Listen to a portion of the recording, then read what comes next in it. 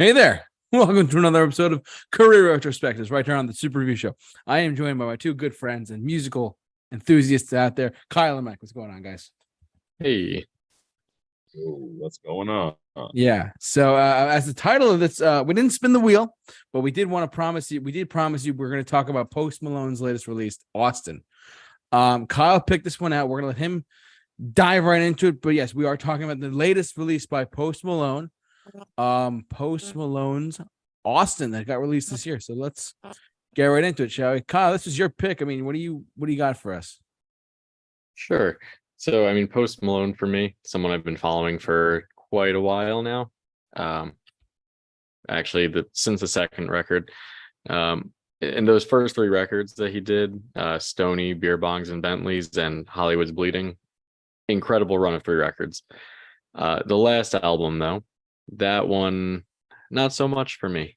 So going into this one, I was not sure what to expect. I really didn't like pretty much almost all of that last album he did was not what I was expecting from him, not where I wanted him to go. So I was kind of worried going into this one that would get more of the same, considering it was pushed out actually only a year after the first one, almost exactly a year, I think.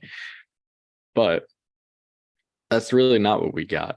We got a more personal record, a more kind of stripped down record. So this album goes more into those like singer songwriter type acoustic, almost at times like pop rock, like soft rock vibes more than the hip hop. I mean, that the hip hop aspect from most of this is almost completely stripped away, other than occasional beats here and there, and then a couple of tracks scattered in and out for those fans. But really what this reminded me of was a like 2000s like pop rock album from like one of those bands you'd hear on the radio back in the like early to mid 2000s, and that's definitely not a bad thing. I'm glad that I gave this album time to set in, because when I first listened to it, it really didn't do anything for me. But then after more listens, I realized I really like this one. Specifically, I noticed that if you listen to this, I highly recommend you do it with good speakers. If you listen to it through the phone, you're going to miss a lot. Even if you listen to it through like a standard car speaker, I found myself missing a lot. But when I listened to it through my like really good quality headphones, I realized there's a lot of like intricate things here and there that I really missed on first listen throughs. So like specifically the bass on here. I don't know who was playing bass on it. I don't know if it's the producer or what, but there's really, really good bass grooves throughout this whole thing. And that was really something that I didn't catch up with. Like, it didn't catch up with me until I listened through those good headphones. And I feel like that added so much for me on like the experience listening through. So, I mean, if you want to get into the track list, JT, if you want to pull that up, I'm going to be honest with you. It's full of a lot of 10s and 9s for me on this record. Didn't expect it, especially on first listen through, but man, I have been listening to this nonstop for a while. Even the first track, Don't Understand, which at first I was kind of split on this one, because I was like, it's a good song. So this one right away, it's an 8 for me for this track. But at first I didn't really know how I felt about it, especially as the album opener, because it feels more like it should be a closer or like a mid-album interlude. It really just sounds like a well-produced home demo. It feels very personal.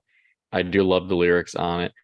I feel like there was some really good ideas on here that could have been fleshed out even more to bring that score up even more.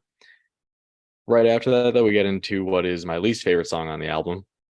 And here's where I started to worry a little bit, with Something Real being this like huge anthemic sound, which is cool. At first, I'm like, oh, this is cool. Where's this going to go? It goes nowhere.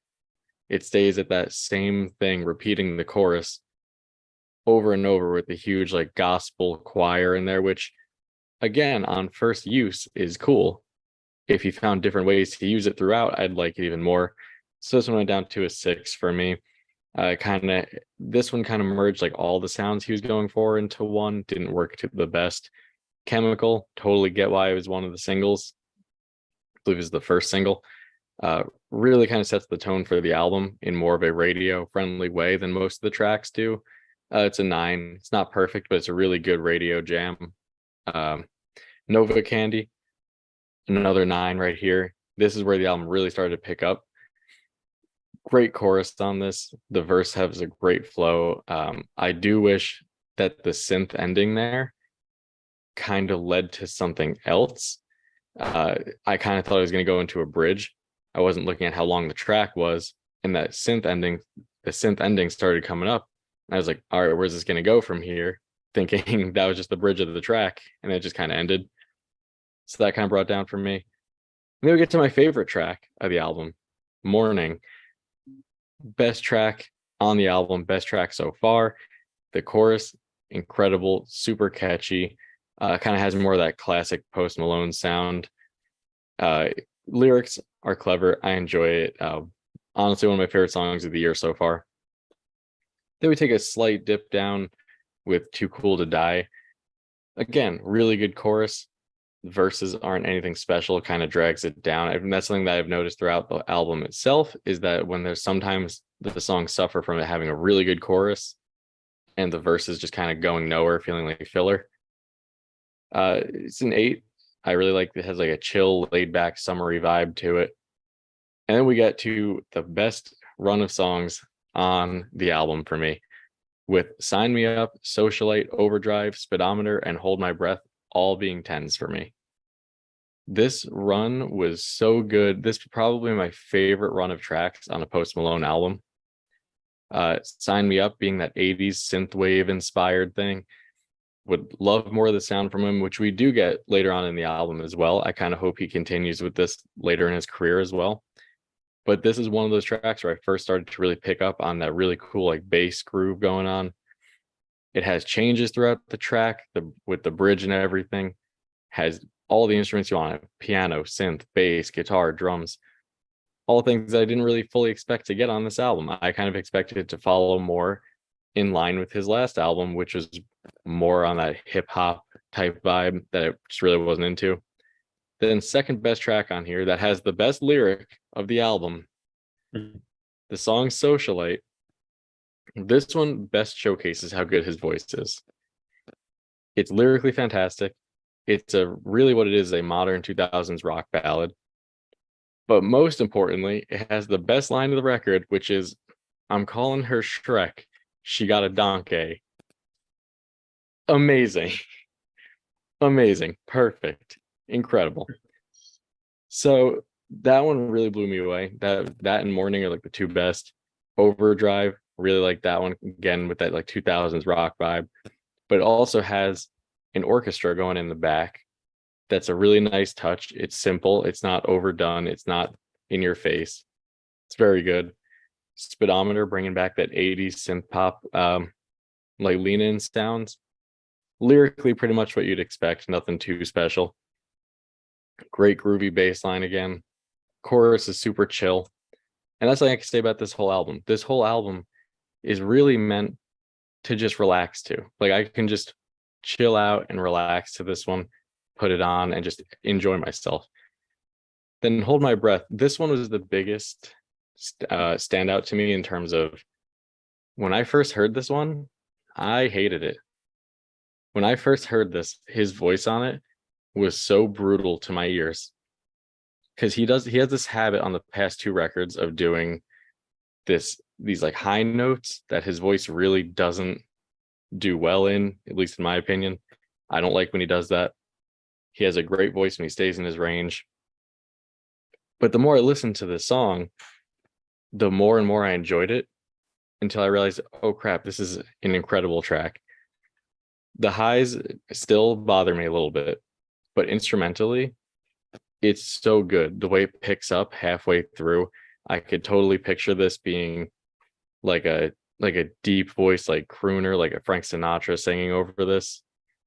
Totally has that vibe instrumentally. It's really raw and emotional track. You mean his range or the auto tune that he's using in a lot of these songs? Well, range. that's I mean, fair, I'm not sure which one. He's a great singer either way. Yes, he's a great singer. You hear him sing without it too. That's just a byproduct of the genre.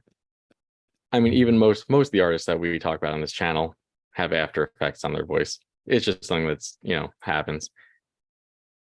But I will say about the auto tune is the times you notice it most is when he does the high notes and all that. The times he really needs it, and that's what bothers me about it. When he's using his normal range and his normal voice, it's not really noticeable. But once he tries to go into that like upper register, it just doesn't work.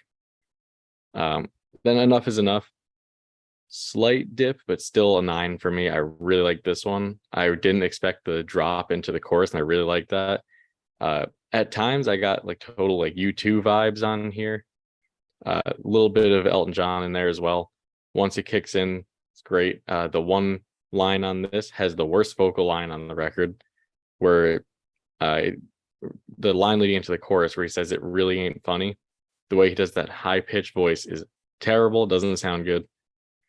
Then we go into the album takes a bit of a dip here for the next few. Texas T, Buyer Beware, and Landmine. They're all 8s for me for pretty much similar reasons, but Texas T is by far the most hip hop inspired track here. By far, it has a good beat behind it. I wish it went more places. I could see it being like a fun club song, like when you're out at like a night at the bar or whatever. Totally work for that. Nothing too special. Buyer Beware, cool Johnny Cash sounding intro that turns into an 80s synthwave track throughout. Excellent bass tone, groove, fun track, not as good as some of the others. Same thing with Landmine. Good track, just not as good. Doesn't hold up to some of the others on here. But then we finished the album off with a bang here. Green Thumb. Love the guitar on this one. Has a total like Beatle-esque vibe to it. Storytelling at one of his best on this one, something that I feel like we don't really get a lot from him, because I feel like even on some of these more acoustic singer-songwriter tracks, he does fall into the tropes of the hip-hop lyrics, to the point where in some tracks I don't think it necessarily fits the vibe of this track. This one gets away from that, and it's perfect. His emotional songs always do very well. And then Laugh It Off. This one had some really cool harmonies on it that I wish he did more in his music. I feel like we don't get that a lot from him. Extremely well done, very enjoyable track. The way it builds instrumentally and then culminating in that big bombastic ending at the end. Would love more of that from him. I've been wanting high energy music like that from him since 2020, when we saw him do that Nirvana covers set on YouTube during a COVID lockdown. Would love more of that. I hope that this kind of soft pop rock album, maybe it'll evolve to his next album being a little more hard rock or something. That'd be cool. But I mean, overall, album as a whole is a straight 9 for me. I love this album. So far, album of the year, by far. First album of the year that I've listened to that I've actually thoroughly, really, really liked. So that was a lot. So now one of you guys follow that up. I'll go next. Is that okay, Mike? Yeah, go for it, man. All right, cool. So I will be the first to tell you that I am not the biggest. I mean, I like Post Malone. I just haven't really listened to one of his albums in full. Like, I've listened to the hit singles, like from like Circles to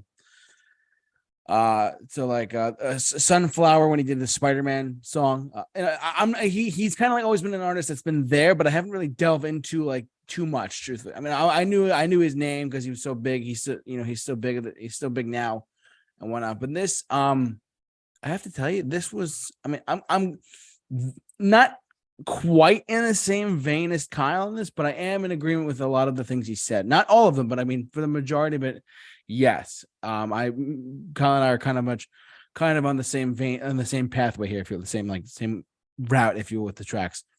Like I said, going into this, I mean, I heard a couple of hit singles that got released, like Chemical, Morning, Overdrive. Those are the 3 big hit singles off the record right now. And I feel like, yes, those are the ones that are played on top 40 right now. Yes, those are the ones that are being played across, countless stations across the country, if not the world. But I do appreciate him though for this record coming out and being as good as it is.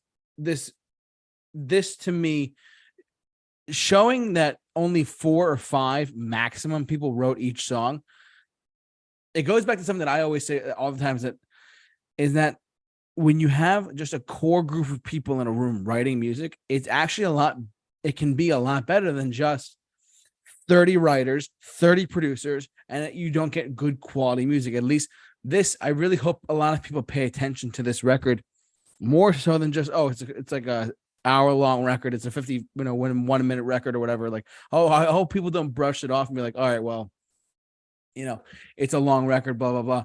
No, in that vein, real quick, I will say that this does fall into the same trap that every one of his albums has fallen into.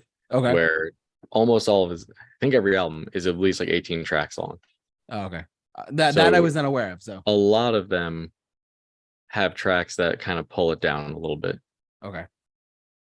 That I was not fully, because like I said, I've never listened to a full album by him. I've only heard like the hit singles that came out on the radio in like 2018, 2019, whatever, into 2020 when he did that Nirvana track as well that you showed me at one point.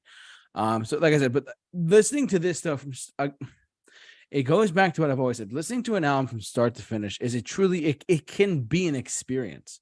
It can be something, wow, I just listened to that. Or it's like watching a movie. Oh, I just saw that movie. Or I just, it could be one of those experiences for you. And to me, I got the impression listening to this record, like just hearing it over and over again as we were prepping for our show, today. And I have to say, I was taken by surprise about how, real and like honest he was. Like Kyle touched on his lyrics. I mean, you can obviously tell in a lot of the songs he's being very honest with you, and like as an artist should be. My standout tracks for me are mainly the hit singles, because that's what I was mainly familiar with. But that's no diss to pretty much all the other tracks on here too. Like there are some really other solid tracks on here outside of Chemical or Morning or Overdrive. Like there's a lot of really good tracks on here as well. I like particularly, I can't believe I'm saying this, but yes, Kyle, like the tracks, what was it, like 6 through 11? Too Cool to Die, Sign Me Up, Solicitate, Overdrive. Socialite. I knew I said it wrong. Socialite. Thank you. Sorry about that. Not Solicitate. That's the wrong quote there. Hold My Breath. There's a really good stretch of songs there, and then it really, I mean, outside of those songs and like the singles that got released, this really, I'm being totally honest when I say this, like it brought back my faith in like hearing an album from start to finish. Because like there's been plenty of, we've said this before, there's been plenty of other hit singles out there for like certain like, I'm just gonna bring this up for a second. Dua Lipa's Future Nostalgia has like 3 huge hits on it, but the other songs are not like really as well known.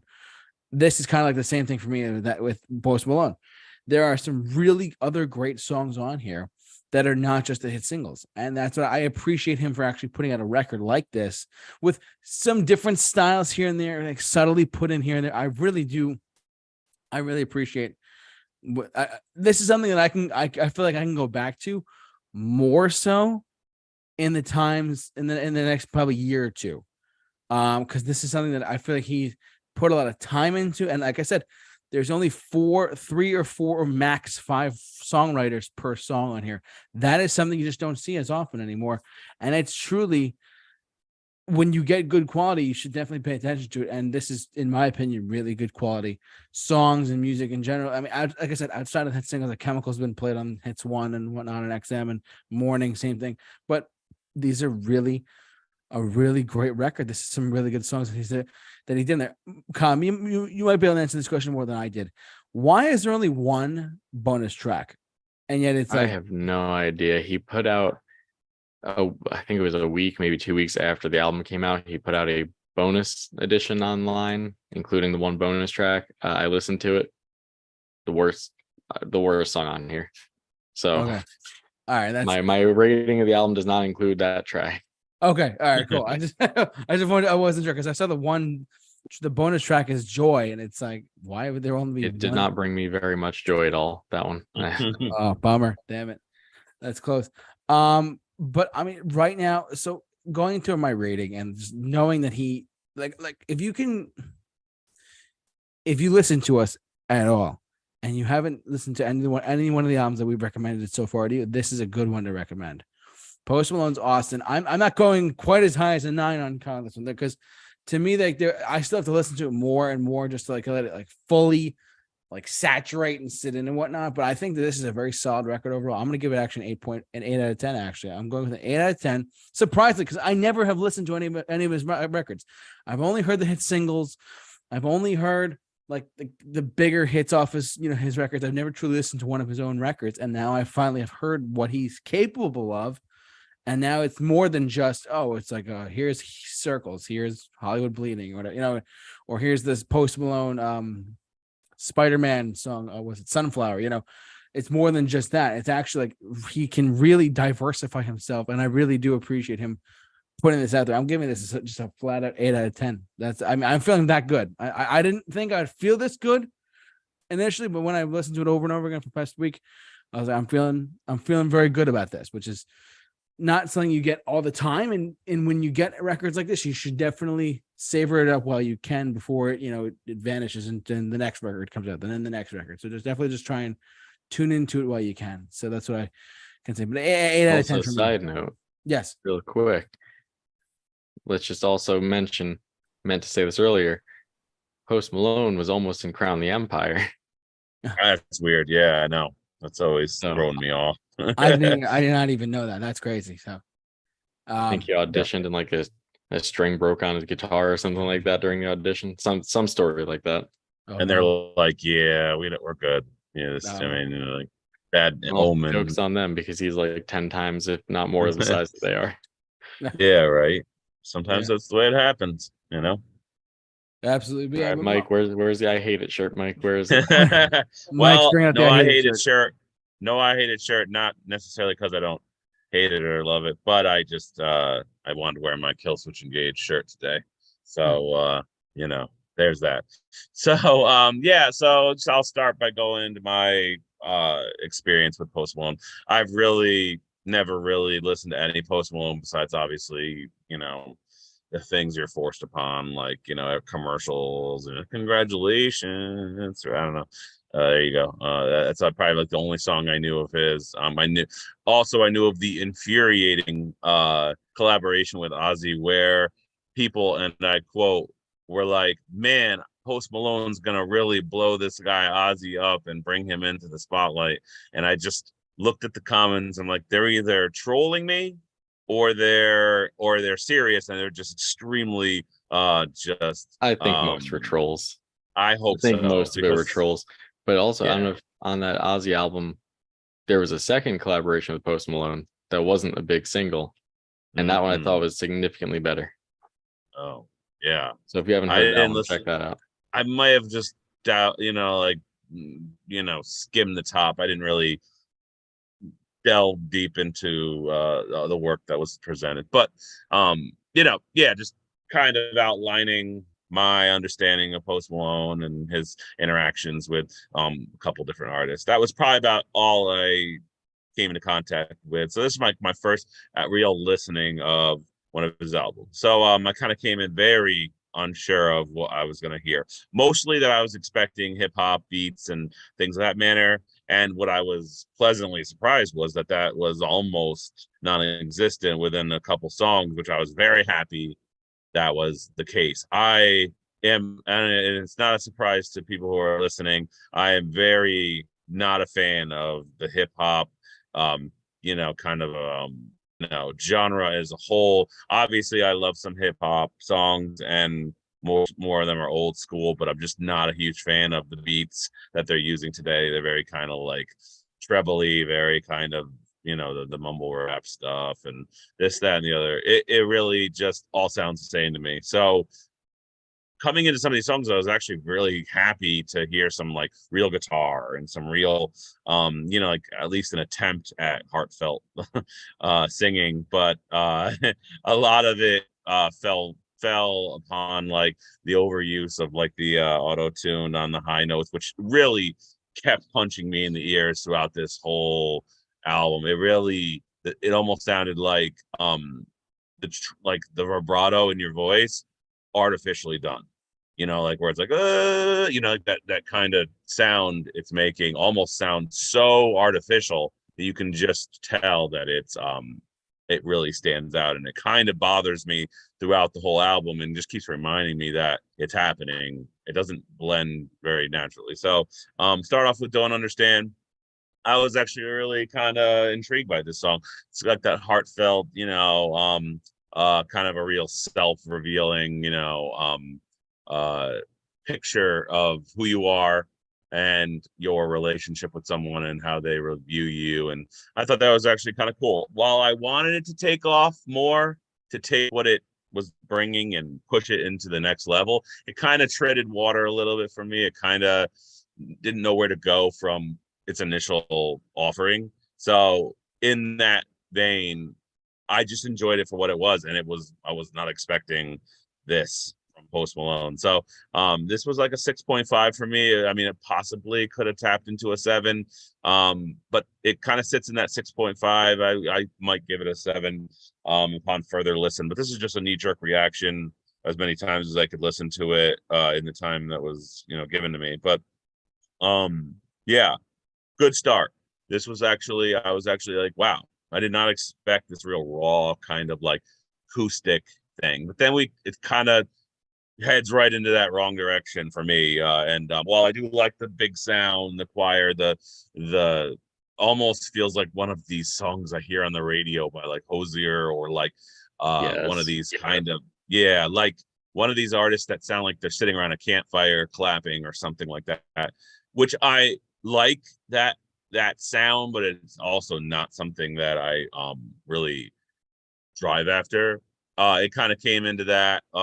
This was not, a little repetitive, feels incomplete, feels like it's not a song, but more so an idea within a song that sits alone. Never really felt like it had a beginning, middle, and end. It just kind of, here's some melodies, and here's some singing along, and here's some this and that. Needed more development. So this was a 3.5 for me. It just really didn't do anything for me. Coming to Chemical was kind of just there. It wasn't bad, it wasn't good. It was just, more or less something that I just kind of was like, all right, we're kind of coming back into a little more what I expected. Simplistic.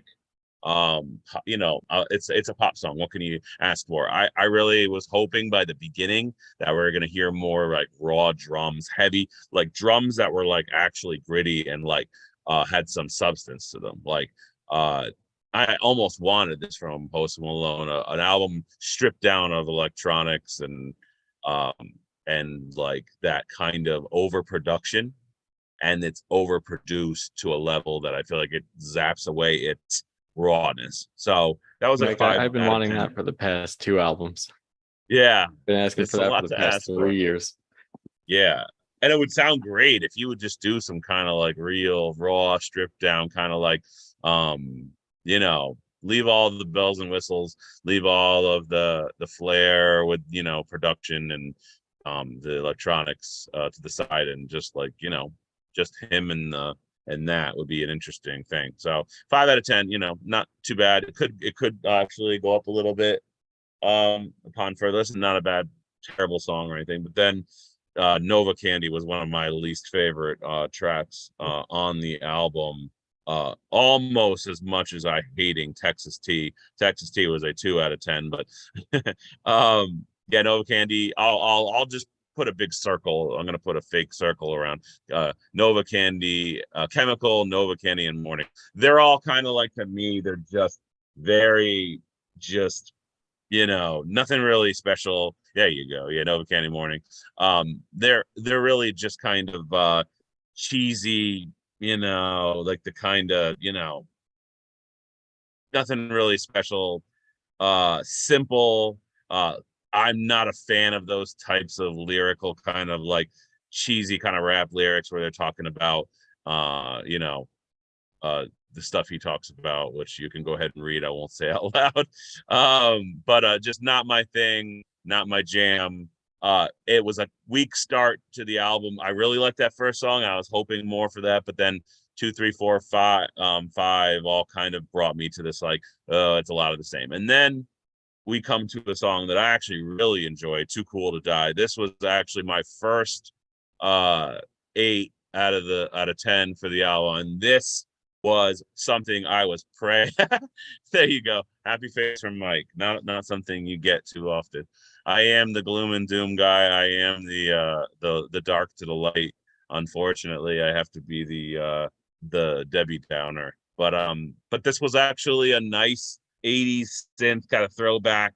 I love it. Like, I love that style, and I was like, yes, I hope he continues on with this. This whole sound for me, his voice sounds cool in it. His voice flows with it. It doesn't try too hard, like Kyle was saying. It's not trying to go up in those high registers and do the crying, heartfelt, wear my emotions on my sleeve. I'm like pained and agonized. Like, while I do love that kind of stuff from an artist, a lot of the times I feel like sometimes they have trouble pulling it off. And this song did not try that too hard. It was very catchy. So and kind of come into the next song, which was Sign Me Up. Almost similar kind of vibe, but kind of misses the mark a little bit. 6.5 from me there. It's got actually kind of a cool bunch of key changes, which is which I thought was really interesting, because that didn't sound like something Post Malone really was big on. Like, it has some cool things going on musically. It's got a catchy chorus, good pace of the song, kind of keeps along with that Too Cool to Die, but a little bit of a dip there. Still not a bad song, one of the better songs on the album. So yeah, I think those key changes was I'm sure Max Martin had a big hand in that one. Yeah, that has him written all over it. Right, and you can just tell someone else is kind of leading the reins on this, taking this into a direction that keeps you a little more on your toes. So that's cool. And then we kind of come to just a pretty bad run for me. Like, no, I'm sorry. Don't do this to me. I'm sorry, guys. I'm sorry. What did you call it again, JT? Damn it. Soliciting. No, I'm just not. I'm just ribbing on you. Socialite. Yeah, 5 out of 10. Just lyrically stupid. I hated the chorus. The lyrics were stupid. The chorus is pretty good, but it's just pretty similar sounding. And then kind of Overdrive, same thing, pretty boring. And now this becomes a theme in this album. It begins to kind of get into these real slow, kind of like boring songs, like that just all kind of do the same thing.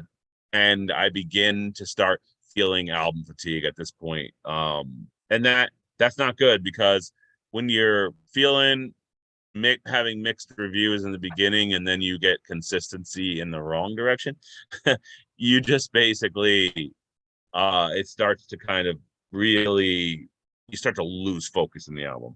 And then you have what was it, Overdrive, Speedometer. What is it? It must be a saga of being a guy who can afford a Lamborghini and write a song about it, about, oh, I'm in my Lamborghini trying to push it to the limit. Must be nice to be you. We can really all relate to this song. You're just jealous, Mike. I'm not jealous. I'm just not relating. That's all I can say. I'll be honest with you. I wouldn't want a Lamborghini in this area, the area that I live, because people would destroy it around every turn, every freaking parking lot, every row, every pothole, every idiot who can't drive correctly would be destroying that car. And I personally like a car that, if I lived in, like, maybe, I don't know, Spain or something, maybe I'd drive a nice car, somewhere, a coastline with like Italy or something. But other than that, yeah, we just kind of hit a real line of songs that just did not do it for me. So I'll go 5 Socialite, 5 Overdrive, 3 Speedometer, that Hold My Breath, 4. I kind of, when I look at Post Malone, he looks like he kind of stinks, like the way his tattoos and his face looks. And Hold My Breath is almost what I was praying I would be saying to him, because I'm not sure if he kind of, if he is that way. But that's what I first thought of. And then Yeah, enough or enough is enough. Oh, just not good. Then we get to Texas Tea, the worst track. This is where I felt like they just gave up on putting out a song that actually had some real capturing choruses. And thank you for that visual illustration. Well done, well done. And then we come to Buyer Beware, the second best song on the album. This song had catchy chorus accompanied by, I love that guitar, I love that keyboard. Right up there with Too Cool to Die. I wish that they had put more stuff out like this, because Bioware, and his voice sounds good here, and like I said, there is some high register stuff, but it isn't you start to get used to it after a while, but it's still a decent song, and it's one of the better on the album. So that's 8 out of 10 for me there. Landmine 6.5. As I mean, that's not horrible. Thank you, Mike. You like this one? Absolutely. Yes, keep that going. All right. Yeah. So Landmine 6.5 out of 10. This one, it feels a little clunky. Like, I don't really like those kinds of songs where someone's just making a beat in the background, like, like those kinds of songs where someone's clapping along and it's just like a bass drum with. I just never been a fan of those style songs, but this one actually, it's not so bad. It actually was able to hold its own there. Then we just end out with Green Thumb and Laugh It Off 4s out of 10. They were just why are there question marks there? I don't know. Green Thumb, Laugh It Off, just a lot more of the same. Boring. You begin to kind of, they all start to it's just pretty boring and lifeless. And like I said before, it needed more raw drums. It needed more kind of a pacing change in order to keep you interested. And a lot of times it just wasn't able to do that. So yeah. So this, I mean, overall, I heard some things I liked. My standout tracks, Too Cool to Die, Buyer Beware, and that first song, if they had done some more, like, taking the melody into a direction that really could develop that kind of the feeling and the kind of vibe they were going for, I really could see that first song being so much more. But then we just kind of fall into a lot of songs that are just pretty just run of the mill, nothing to see here. But I could see where people, and then once again, this is where it comes in as an opinion piece, and it is as like, hey, this is fact. I never say what I say is absolute. It's just a personal preference of what kind of music I prefer and listen to, and a little more blending of other styles actually could make these songs come to life and really accentuate parts of them that are ultimately lost due to the production and the kind of instruments feeling very in the background.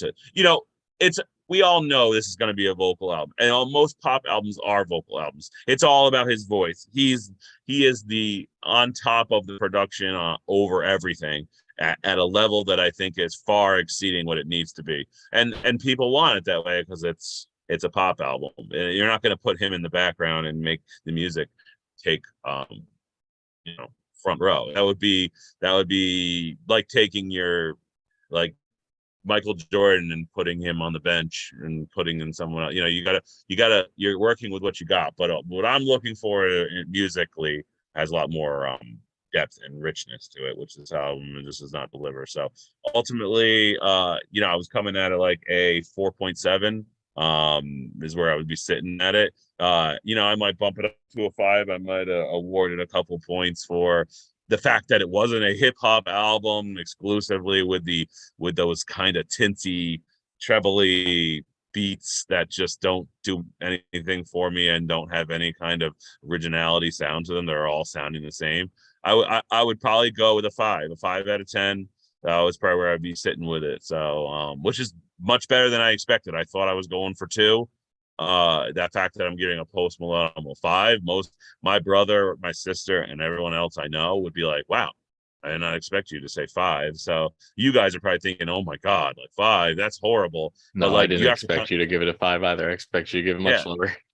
I was actually kind of shocked at some of the catchiness of the synth rock stuff. I wish the whole album was one big, like, The Weeknd kind of 80s synth rock, Post Malone-esque type of a thing. You know, at times I even hear Machine Gun Kelly-esque type of stuff where it sounds like a pop rock, punk rock. You know, like there was no punk in it, but like that kind of the pacing of the beat in the background to the, you know, way he's singing. So, which is pretty good. You know, I hope for the future that he continues in this direction, stays away from the you know, hip hop stuff, you know, which I don't mind if you blend it well and do it right, but a lot of them don't do it. They just let it take, you know, over the whole picture, and the blending is always lost in translation. So yeah, that's what I feel. Wow. That was a lot. Yes, that was a lot. That was a lot. Anything else, guys? Or are we good to spin the wheel?